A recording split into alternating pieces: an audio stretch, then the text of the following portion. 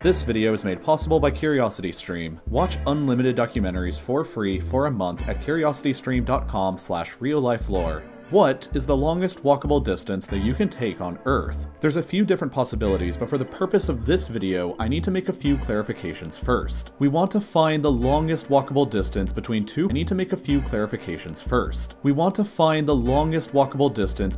points on the Earth's surface, and we want to make sure that we're actually walking the entire time and not taking any shortcuts, ferries, or boats across any water. Finally, we need to be able to visualize the walk in Google Maps and have it be capable of feeding us directions during the journey. If Google isn't able to calculate the journey, then it's disqualified. So based on these criteria, the longest route by far that you can calculate inside of Google is a trek from Cape Town, South Africa to Magadan, Russia. Well, more specifically, from this town nearby Cape Town, which is the southernmost point of the African continent. From my own personal research into this, nobody in history has ever before managed to complete this real-life achievement. People have already climbed the tallest mountain, sunk to the deepest part of the ocean, and even landed on the moon, but nobody has ever accomplished the longest possible walk. So, what would it actually be like for you if you decided to become the first? Here is a brief overview of both the horrible and amazing things that you would end up experiencing and dealing with. As a brief overview though, the entire journey would span a distance of 23,068 kilometers and feature elevation changes of 123,000 meters and back down again, which is basically like you climbing up Mount Everest and back down again 14 times. If you enter this route into Google yourself, it'll differ slightly from the one that I'm showing you in this video because Google annoyingly always tries to help you out with ferries across the major geographic barriers you'll face along the way, like the Zambezi River, the Nile River, the Red Sea, and the Black Sea, but I've manually forced a route that doesn't take any ferries because that isn't walking and that is cheating.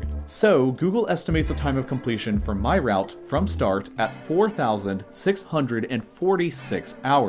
Or 194 days of continuous non-stop walking. However, that's actually quite a misleading estimate. It's more reasonable to assume that at best, the average person partaking in this journey would probably be more likely to only be capable of walking approximately 20 kilometers per day over an 8-hour period each day. If you could manage to keep up that pace continuously every day, it would take you 1,153 days, or over 3 full years to complete the entire journey. And that's assuming that nothing goes wrong to you along the way, which, I mean, if you look back at the map and see some of the places where you'll be going, you probably aren't going to get that lucky. Starting off, you have to walk across the entirety of South Africa, but you avoid all of the really dangerous cities before arriving in Zimbabwe, which is when things may start to get a little sketchy. The crime isn't particularly high in Zimbabwe, but they do have some pretty whack creatures that you should worry about, like the black mamba, a snake that can both outrun you and kill you within 20 minutes of a bite if you don't get an anti-venom in time. You have to cross the entire country before you hop over into Mozambique, where you briefly walk across before you enter over into Malawi,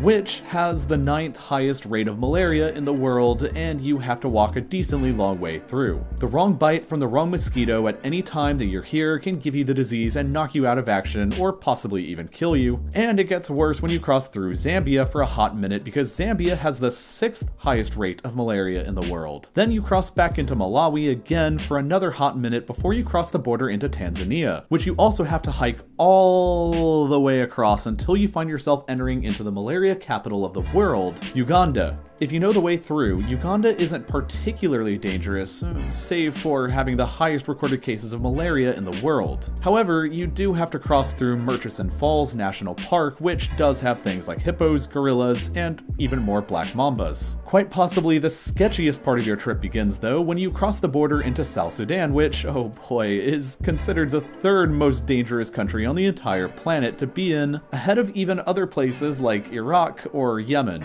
Armed conflict between between opposing political and ethnic groups is ongoing across the country, while carjackings, shootings, ambushes, assaults, robberies, and kidnappings are pretty common occurrences. Even US government employees here have very strict curfews and travel in armored transport carriers for their own safety. You'll definitely have a difficult time walking through here before arriving into regular Sudan, where you have to journey across the Sahara in scorching temperatures of up to 47 degrees Celsius in the summertime before you arrive here at Wadi Halfa, right before Egypt. There isn't a single road that connects Sudan with Egypt, which seems like pretty poor planning on their part, so Google wants you to take a ferry across Lake Nasser to Aswan in Egypt. But that is breaking our rules, so you're gonna have to just huff it across the empty Sahara without a road before arriving into Aswan yourself. That's pretty dangerous and you'll probably die, but I mean, you'll probably have died a dozen times before this anyway. So then you walk across basically the entirety of Egypt, cross the Suez Canal Bridge, and walk all the way across the Suez to Jordan while briefly hopping through Israel. Walking through Jordan shouldn't be too bad, but things hop right back into Sketchtown when you enter into Syria. The brutal civil war that has claimed at least 500,000 lives in the country is still ongoing, and Syria is considered to be the second most dangerous country in the entire world, only behind Afghanistan. So yeah, good luck walking through all of that. This entire thing is starting to seem like suicide, but with extra steps, but things start getting back to normal when you cross through Turkey, then Georgia, and finally into Russia, which is by far the longest part of your journey. You'll have to walk across practically the entire country and walk deep through Siberia, which is so huge, you're guaranteed to be there during the winter at some point. And if you survived everything up to here, it would sure be a shame to just freeze to death near somewhere like Yakutsk, where the average January temperature is negative 39 degrees Celsius. The road from here to Magadan is known as the Road of Bones, after the thousands of Gulag laborers who died constructing it under Stalin, and whose bodies were simply mixed in with the very fabric of the road that you're walking across.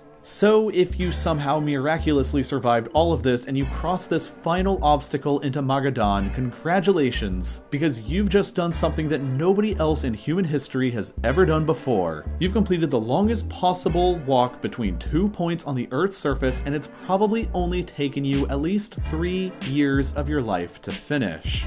Now, many RealLifeLore viewers are probably also the type of person who watches and enjoys a lot of documentaries kinda like this. I created RealLifeLore to make my own documentaries like this one available to watch for free. So if you like good quality documentaries, then you should absolutely be subscribed to CuriosityStream. And that's because they have a library of over 2,400 documentaries and non-fiction titles that you can watch whenever, wherever. It's available on the web, Apple TV, Roku, Android, iOS, and plenty of other platforms. One series they have that I would highly recommend is Speed with Sean Riley, who looks at the evolution of human-engineered speed across episodes broken up into land, sea, air, and space, and explains the stories behind each of them. This, and the entire rest of CuriosityStream's library, can be accessed for only $2.99 per month, but if you sign up at curiositystream.com/RealLifeLore and use the code RealLifeLore, you will get your first month free and be able to watch absolutely anything.